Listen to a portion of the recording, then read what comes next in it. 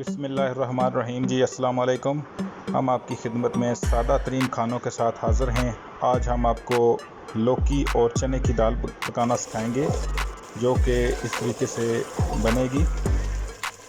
तो इसके लिए आप लौकी ले लें हस्बे ज़रूरत, और साथ चने की दाल ले लें। चने की दाल को भिगो दें, और इसके अलावा आप प्याज काट लें और देगचे में ऑयल डालकर प्याज को गरम करें।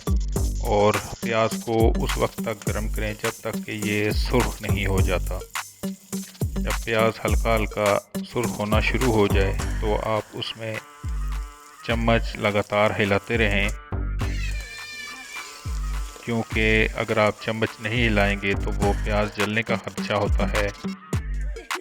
तो अब आप उसमें इसके साथ साथ आपने लौकी को काट लेना है, और चने की दाल जो भिगोई हुई थी वो भी आपने चेक कर लेनी है। अब देखें जी कि प्याज सुर्ख हो गया है। अब इसमें कटी हुई टमाटर डालेंगे और साथ में सब्ज़ मिर्च और अदरक और लहसुन, जिसको हम पीस लेंगे, वो डाल लें आप देगचे में और चम्मच हिलाएं, और फिर इसको थोड़ी देर के लिए पका लें। बेशक थोड़ी देर के लिए आप इसमें ढक्कन रख दें ताकि प्याज वगैरह गल जाए और थोड़ा सा पक जाए। आप इसको थोड़ी देर पकने के लिए रख दें और फिर साथ साथ चेक करते रहें। और जब प्याज सही तरीके से सुर्ख हो जाए, आप उसमें नमक, सुर्ख मिर्च और हल्दी वगैरह डाल लें। और ये चीज़ें डालने के बाद आप चम्मच को हिलाते रहें, थोड़ा सा पानी भी डाल लें ताकि वो चीज़ें थोड़ी सी जलने से बच जाएं। लेकिन हमारा प्याज मेरे ख्याल में थोड़ा सा ज़्यादा काला हो गया है, तो चलें चेक कर लेते हैं। गलती भी इंसान से ही होती है।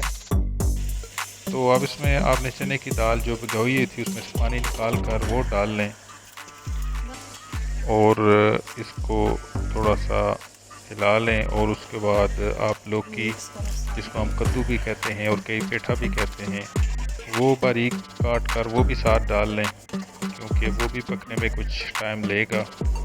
दाल क्योंकि भिगो कर रखी थी इसलिए जल्दी गल जाएगी। तो साथ साथ चम्मच भी हिलाते रहें और मिक्स करते रहें, साथ साथ पकाएं। और आग भी तेज़ कर दें।